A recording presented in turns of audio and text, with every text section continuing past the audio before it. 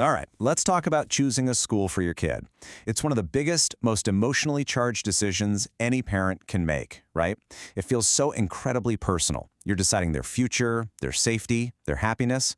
But what if I told you that while you're making your pro-con list, someone else is making one too, and you're on it? See, while you're focused on your checklist, schools are busy running their playbook. They aren't just passively waiting for you to discover them. No, they are actively marketing to you, competing for your child in what's become a really crowded marketplace.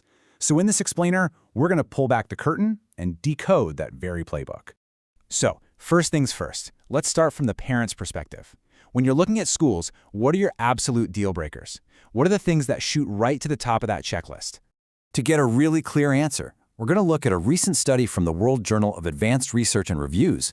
Researchers actually went out and surveyed 100 parents to figure out what really drives their final decision. And the results are, well, they're pretty fascinating.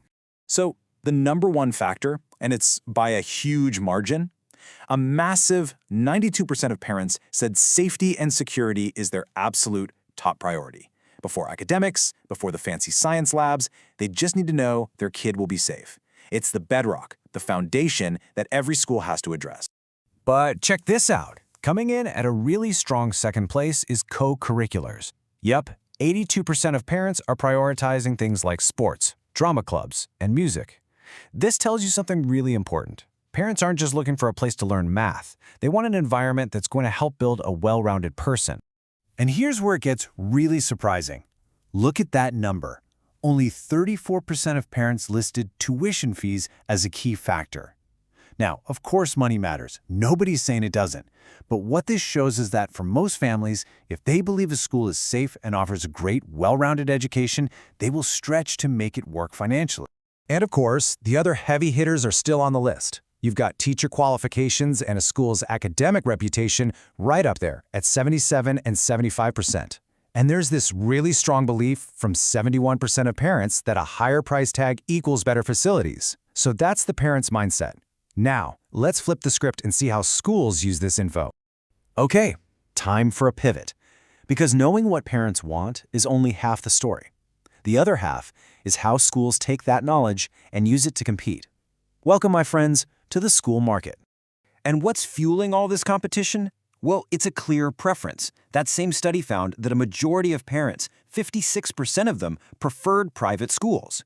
This creates this incredibly intense market where you have tons of different schools all fighting over the same group of students.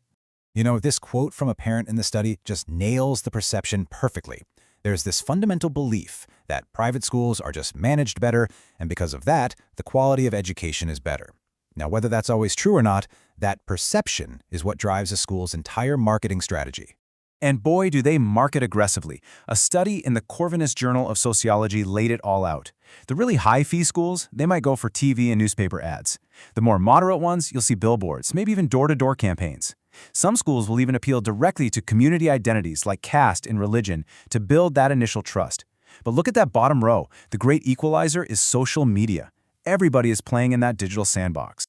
Which brings us to the modern battlefield. The competition isn't just on billboards anymore, it's gone digital, and the playbook is more sophisticated than ever. So let's take a look at the tools that are totally changing how schools get your attention. One of the cornerstones of this whole thing is the school virtual tour. Just think of it like an online open house that never closes.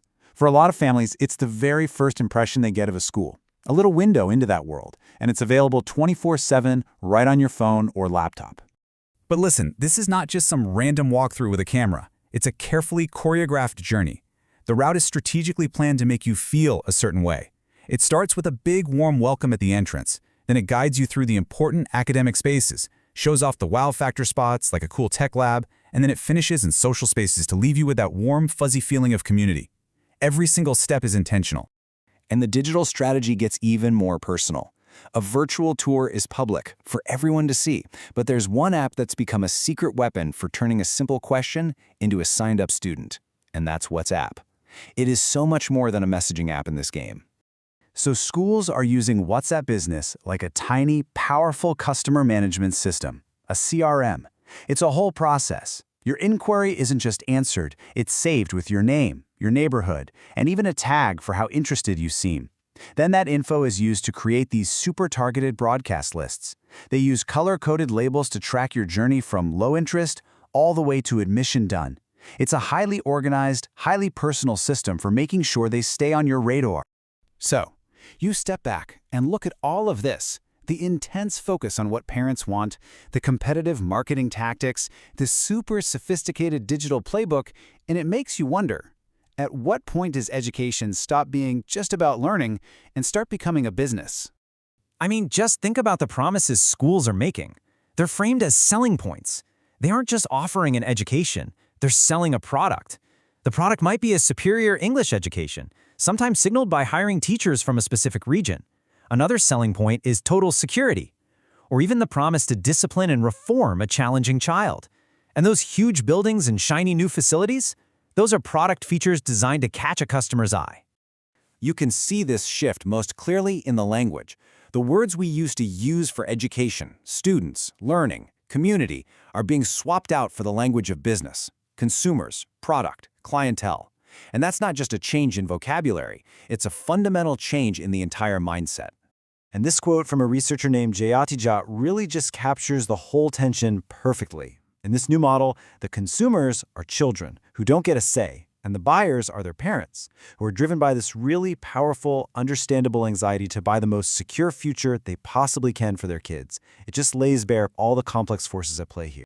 So we end up right back where we started, but now with a totally new perspective. Choosing a school is a deeply personal decision for a parent, yes, but it is also a critical business decision for the school. And that leaves us with this final big question.